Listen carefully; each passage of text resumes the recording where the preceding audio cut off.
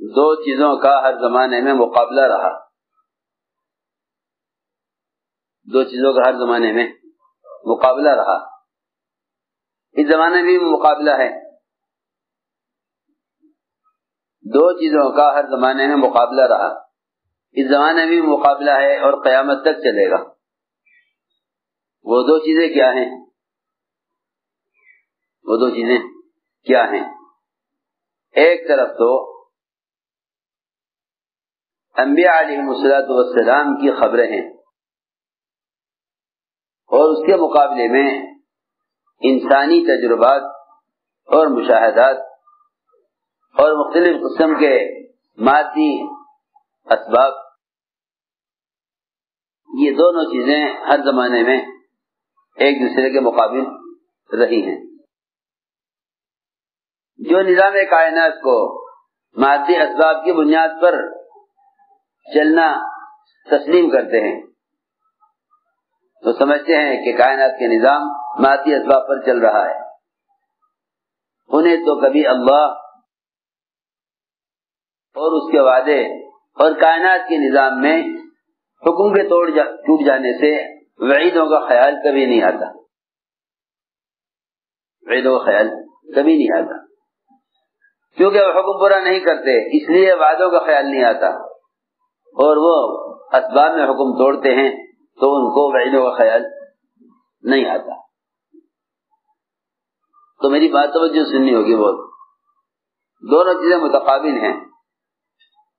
لوگ سمجھتے ہیں کہ اعمال اور اسباب یہ دونوں چیزیں ایک دوسرے کے ساتھ جڑی ہوئی ہیں، اگر دونوں کو جمع کریں گے تو کامیابی ہو جائے گی. حالانکہ ایسا نہیں ہے. اتنا بڑا فرق ہے اعمال اور اسباب میں. ہر سمجھتے تھے سبب سے ایک مرتبہ ملے گا، وہ بھی غیر یقینی ہے. وہ بھی غیر یقینی ہے.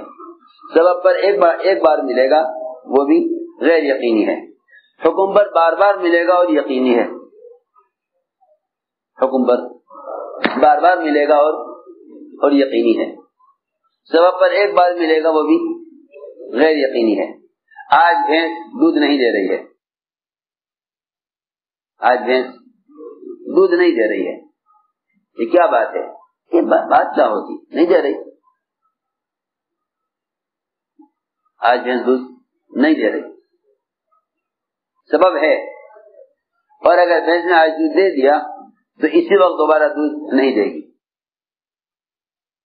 میں عرض کرنا چاہتا ہوں کہ جب قلوب پر اسباب کی خاصیت اور اسباب کا معمول غالب آ جاتا ہے تو اللہ تعالی کے خزانوں سے تعلق ختم ہو جاتا ہے. جو یقین رکھتے ہیں کہ اسباب خزانہ نہیں ہے، اسباب خزانہ نہیں ہے. اسباب تو خزانوں کا مظہر ہے. اسباب اللہ کے خزانوں کا مظہر ہے. حالانکہ جنت بھی اس کی نعمتوں کے خزانوں کا ایک ادنا مظہر ہے. میری بات بہت توجہ چاہتی ہے. جنت اللہ کی نعمت کے خزانوں کا ایک ادنا مظہر ہے جو ہمیشہ کے لیے بنی ہے. جس کی ایک ادنا حور کے ادنا لباس کا ایک ٹکڑا اگر دنیا میں اتار دیا جاوے تو ساری دنیا مل کر اس ٹکڑے کی قیمت ادا نہیں کر سکتی. ادنا جنتی کی ادنا حور کا ادنا لباس کا ایک ٹکڑا اگر دنیا میں اتار دیا جاوے تو ساری دنیا مل کر اس کی قیمت ادا نہیں کر سکتی. جب وہ جنت جو پھر جنت الفردوس ہے یا جنت عدن ہے، بہت توجہ دینا بات کی طرف. جنت عدن ہے یا جنت خلد ہے یا انبیاء علیہ السلام کی جنت ہے. جب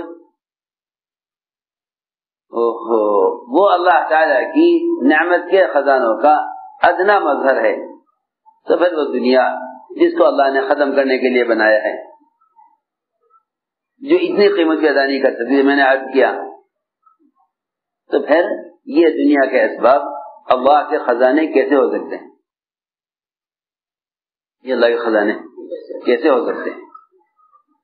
ان کو اللہ کے خزانوں سے فائدہ اٹھانے کا ذریعہ سمجھنا بھی ناکامی کا راستہ ہے۔ کائنات کے اسباب کو، کائنات کے مادی اسباب کو، کائنات کے مادی اسباب کو اللہ کے خزانوں سے فائدہ اٹھانے کا ذریعہ سمجھنا، یہ بھی ناکامی کا راستہ ہے۔ ہماری بات توجہ سننی ہوگی بہت۔ کائنات کے اسباب کو اللہ کے خزانوں سے فائدہ اٹھانے کا ذریعہ سمجھنا، یہ بھی ناکامی کا راستہ ہے۔ برکتوں کا اٹھ جانا اور سبب کے بغیر کسی بھی طرح سے کسی مسئلے کا حل نظر نہ آنا، یہ اللہ سے بے تعلقی کی علامت ہے۔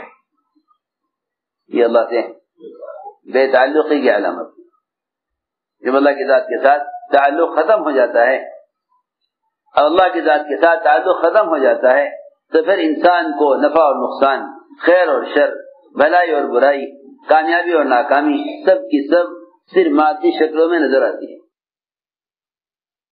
صرف یہاں یہ احکام کو چھوڑ کر کسی بھی طرح اسباب حاصل کرنے میں اپنے آپ کو پوری طرح لگا دیتا ہے۔ یہاں احکام چھوڑ کر پوری طرح اپنے آپ کو اسباب کے حاصل کرنے میں لگا دیتا ہے۔ اس کے برخلاف دعوت انبیاء علیہ السلام کی، وہ یہ کہتے ہیں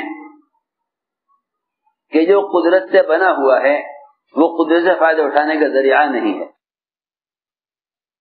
دیکھو میرے دوستو، دو قسم کے اسباب ہیں۔ ایک وہ اسباب ہیں جنہیں انسان اپنے ہاتھ سے پیدا کرتے ہیں، تیار کرتے ہیں، جنہیں انسان اپنے ہاتھ سے تیار کرتے ہیں۔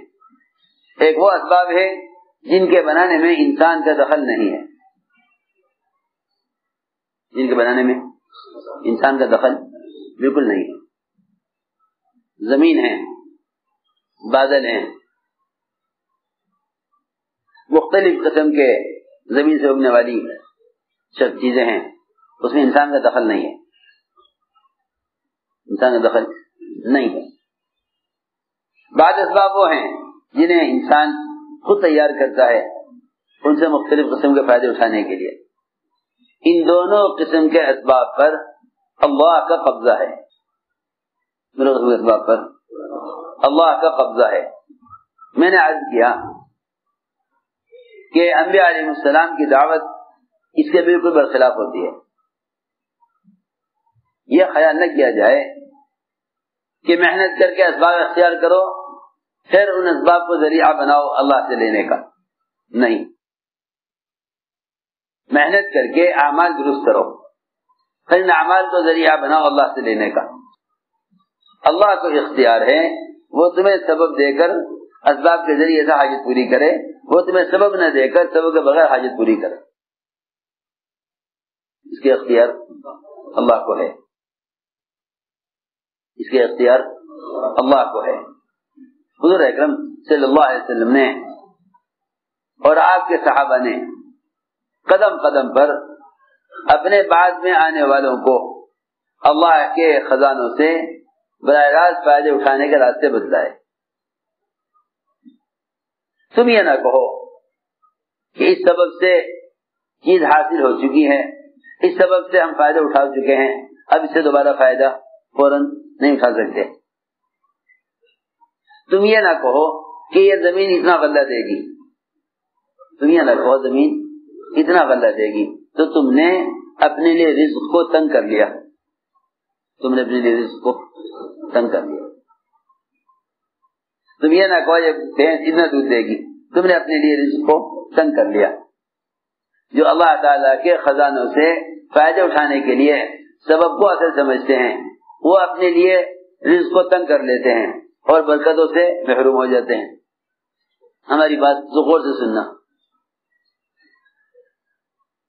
اس زمانے کے ساری دنیا کے مسلمان، پڑھے لکھے عوام، خواص، سب کے سب اس بات پر مجتمع ہیں اور سب کے قلوب اس بات کو لیے ہوئے ہیں کہ اللہ نے اسباب بنا دیے ہیں، تم انہیں اختیار کرو اور اللہ سے امید کرو، اللہ سے امید کرو. سوچو تو صحیح, کیسی الٹی بات ہے, کیسی الٹی بات ہے کہ محنت تو کرو اسباب پر, امید کرو اللہ سے. یہ کیسے ہو سکتا ہے؟ یہ کیسے ہو سکتا ہے کہ محنت ایک چیز پر اور امید دوسری چیز سے؟ آپ مجھے ذرا بتائیے سب فیصلہ کر کے کہ ایک آدمی ملازمت کرتا ہے, کیا وہ زراعت سے غلے کی امید کر سکتا ہے؟ ایک آدمی ملازمت کرتا ہے, کیا گزرتے ہوئے سوچ سکتا ہے کہ اس ساری زمین کا غلہ مجھے مل جائے گا؟ زمین سے غلہ تو کی امید تو وہ کرے گا جو محنت زمیندارے کی کرے گا. دکان سے نفع کی امید وہ کرے گا جو تجارت کرے گا. مہینہ کے پورا ہونے پر تنخواہ کی امید وہ کرے گا جو ملازمت کرے گا. چھوٹی سی بات ہے. کیا یہ ممکن ہے کہ ایک آدمی محنت تو کرے ایک لائن کی اور نفع کی امید کرے دوسری لائن سے؟ جب دنیا کی مادی شکلوں میں ایک لائن سے محنت اور دوسری لائن سے نفع کی امید نہیں کر سکتا, تو پھر یہ کیسے ممکن ہے کہ دنیا میں محنت تو کرے اسباب پر اور امید کرے اللہ سے؟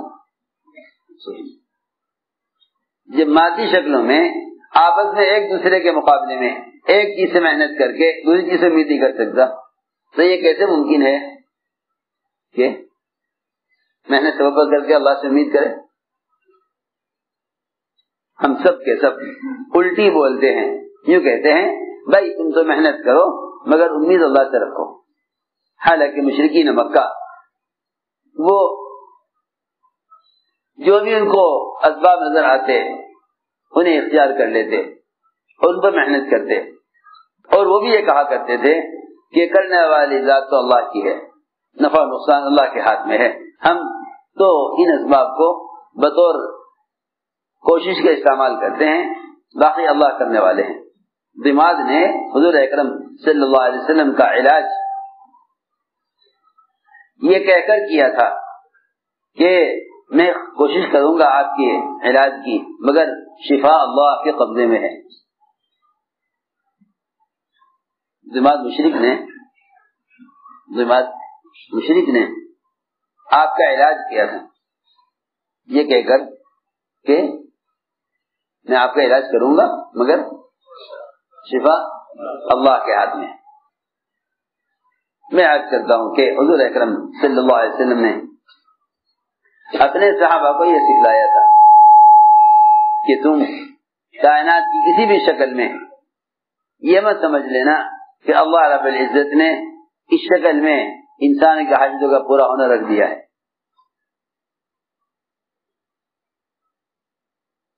ان شکلوں میں حاجت کا پورا ہونا دکھلایا اس لیے ہے تاکہ تم اپنے قلب کے اعتبار سے فیصلہ کرو کہ تم اللہ سے فائدہ اٹھانا چاہتے ہو یا اللہ کے غیر سے, اور دونوں راستے الگ الگ بتلا دیے. حضور اکرم صلی اللہ علیہ وسلم, میں نے ایک بات عرض کی ہے کہ جتنے بھی دنیا کی مادی شکلیں ہیں ان شکلوں سے فائدہ اٹھانے میں ایک بار فائدہ اٹھا سکتے ہو وہ بھی غیر یقینی ہے. اگر حکم پر آ جاؤ تو پھر اللہ رب العزت ان شکلوں کے ذریعے یا ان کے بغیر بار بار فائدے پہنچاتے رہیں گے. حضور اکرم صلی اللہ علیہ وسلم کا معمول تھا کہ آپ عشاء کی نماز دیر سے پڑھ کر, کہ آپ کی مسجد میں عشاء کی نماز تاخیر سے ہوتی تھی, آپ کی مسجد میں عشاء کی نماز تاخیر سے ہوتی تھی. تاخیر سے عشاء کی نماز پڑھ کر آپ انصار کے مسجد سے ملاقات کے لیے انصار کے محلے میں جاتے تھے. یہاں تو دعوت اور عبادت ایک پروگرام بن گئے اور ان کے اوقات متعین ہو گئے. دعوت اور عبادت کیا بن گیا؟ ایک کیا کر رہے بھائی, کہاں جا رہے؟ ایک پروگرام بن گئے, ان کے اوقات متعین ہو گئے. لوگ چاہتے ہیں تبلیغ بھی ایسی تنظیم بن جائے کہ جس سے دنیا کے کسی تقاضے کا یا آرام اور راحت کے تقاضوں کا کبھی مقابلہ نہ ہو. فرماتے تھے دعوت کے تقاضے عبادت کے تقاضوں سے بہت مختلف ہیں. عبادات کے سارے عوامل اپنے اپنے اوقات کے ساتھ موقت ہیں، متعین ہیں. نماز اس وقت ہوتی ہے، حج اس مہینے میں ہوتا ہے، روزہ اس مہینے میں رکھا جاتا ہے، زکوٰۃ سال پرانے کے بعد دی جاتی ہے. سمجھتے تھے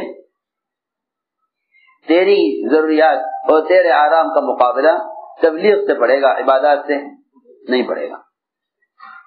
میری بات بہت توجہ سے حضرت کی بات نقل کر رہا ہے، مفسر کا بیان ہے کہ مقابلہ جو پڑے گا نفس کا اور مقابلہ جو پڑے گا مجاہدے کا، وہ مقابلہ جو پڑے گا وہ تیرا اور عبادت کا نہیں پڑے گا، بلکہ مقابلہ تیرا اور دعوت کا مقابلہ پڑے گا. کیونکہ عبادات کے اوقات متعین ہیں. حضرت کی بات ہے، عبادات کے اوقات متعین ہیں. کل روزہ رکھنا ہے، رات سے تیاری کر لے گا. زکوٰۃ دینی ہے، پہلے مال نکال کے الگ کر لے گا. حج کرنا ہے، پہلے سے تیاری کر لے گا. نماز پڑھنی ہے، وقت متعین ہے، معلوم ہے اتنے بجے نماز ہوگی. لیکن ہم سمجھتے تھے کہ دعوت کے تقاضے ایسے اچانک آئیں گے کہ تو اس کے لیے پہلے سے تیار نہیں ہوگا. اس کے لیے پہلے سے تیار نہیں ہوگا، ایسے اچانک تقاضا آئے گا.